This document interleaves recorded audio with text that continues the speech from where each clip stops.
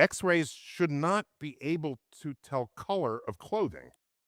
All right, so Superman has X-ray vision. There's a scene in one of the movies where Lois Lane walks behind a lead planter because he asks, "Oh, if you have X-ray vision," in her first interview, then what color panties am I wearing? Because you're standing behind a lead planter. Because everyone knows lead Absorbs absorbs X-rays. X-rays, but X-rays should not be able to tell color of clothing. Okay, if you're going to use X-rays, then stay in the X-ray world. Otherwise, invent N-rays or something. If you're going to say X-rays, you better stick with what we know.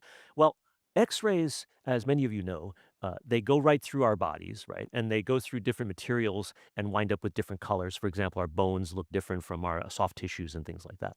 X-ray telescopes that we're familiar with, the Chandra X-ray Observatory, XMM Newton, things like that, they can look at the X-rays, but X-rays are also different colors. So in the same way that we can take pictures in red, green, and blue and then mix them together to form a color photo, Superman could be able to detect or even emit X-rays and come back and forth in these different bands and thus create a three-color image. This is an undeveloped feature he could have expressed. He's got X-rays as a whole accessible part of the electromagnetic spectrum, That's right. and all he does is just see through walls with it. Yes. But it's way more useful. Highly Well, maybe he's underdeveloped.